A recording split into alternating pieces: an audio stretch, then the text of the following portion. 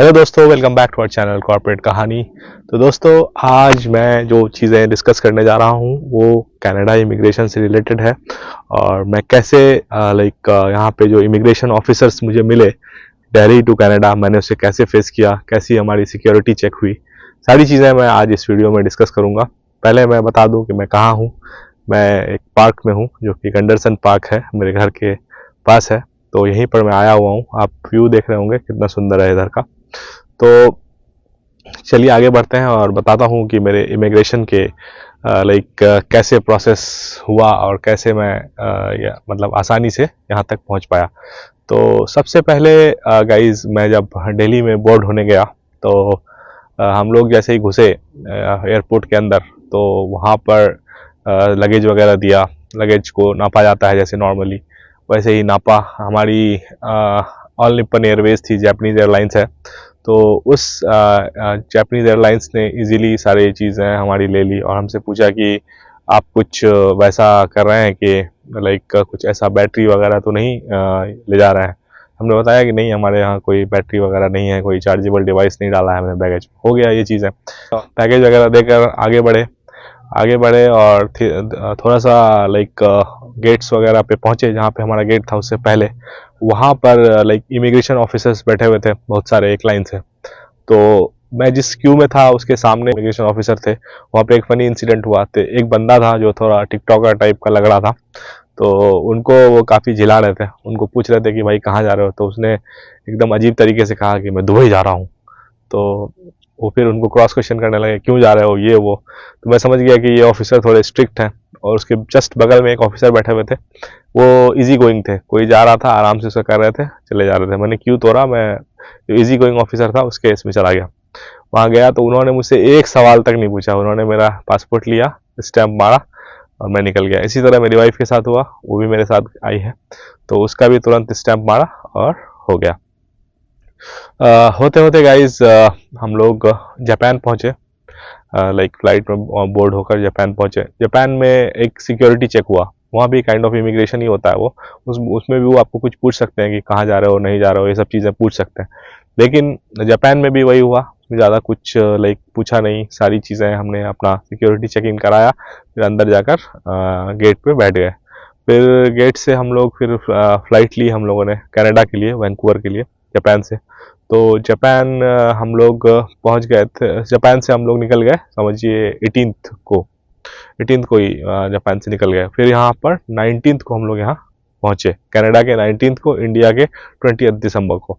तो यहाँ पर गाइज हमारी हालत ख़राब थी। पहली बार फॉरेन लैंड पे आया था, तो डर भी रहा था कि क्या सवाल पूछा जाएगा क्या नहीं।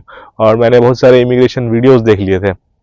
काफ़ी सारे लोग इमिग्रेशन पर ज्ञान देते हैं, हमारा ऐसा हुआ, हमसे ये पूछा, हमसे ये मांग लिया, वो मांग लिया। तो हम लोग काफ़ी डरे हुए थे।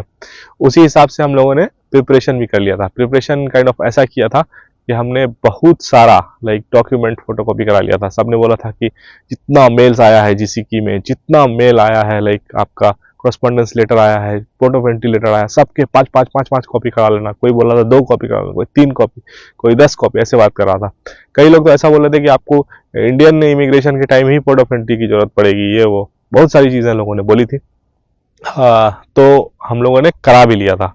मतलब 300-400 रुपए का हम लोगों ने प्रिंट आउट निकलवा लिया था। लेकिन वो गाइज पूरा का पूरा वेस्ट हो गया। अब बताएं क्यों? क्योंकि हम लोग जब कनाडा एयरपोर्ट पर पहुंचे, वहाँ पर आपको सारा डिटेल डालना पड़ता है, क्यों आ रहे हैं, वर्क परमिट पे आ रहे हैं, स्टडी परमिट, सारा एक मशीन होता है, उसमें पासपोर्ट स्कैन करने के बाद आपको डालना पड़ता है। वो सारी चीज़ें हमने डाली उस मशीन में। उसके बाद गाइज नंबर आता है आपको इमिग्रेशन ऑफिसर के पास जाने का। वहाँ पर अगर आप वर्क परमिट पे आ रहे हैं तो वर्क परमिट लेना होता है, या स्टडी परमिट पे आ रहे हैं तो स्टडी परमिट लेना होता है। तो हम लोग वहाँ पर पहुँचे। जब वहाँ पर पहुँचे तो उन लोगों ने दोस्तों कुछ भी हमसे पूछा ही नहीं। हम दोनों ने अपना पासपोर्ट पकड़ाया, तो हम लोग पोर्ट ऑफ एंट्री लेटर भी उसमें लगा कर ले गए थे। उन्होंने वो निकाल दिया, वो बोला रख लो आप।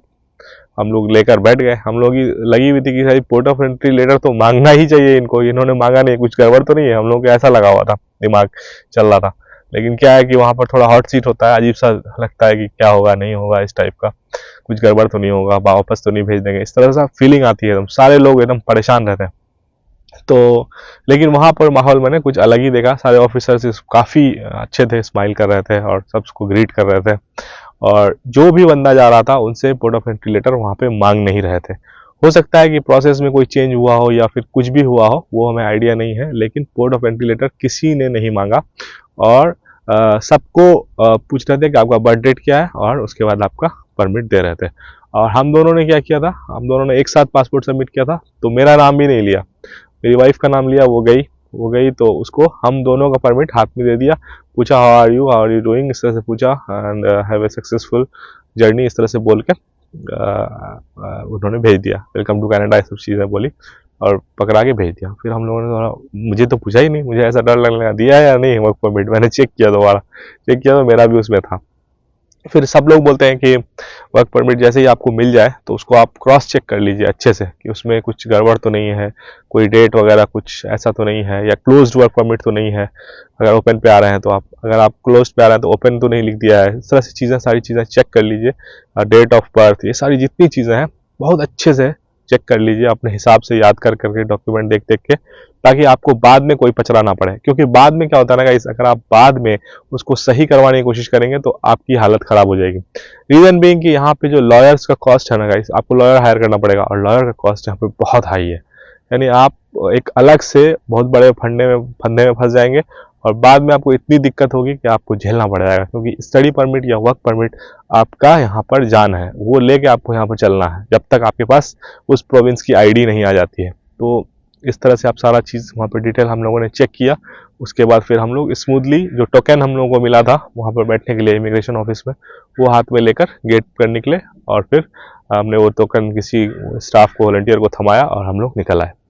तो ओवरऑल ये हुआ गाइज कि हमारा जो एक्सपीरियंस है इमिग्रेशन का, वो काफ़ी स्मूथ रहा।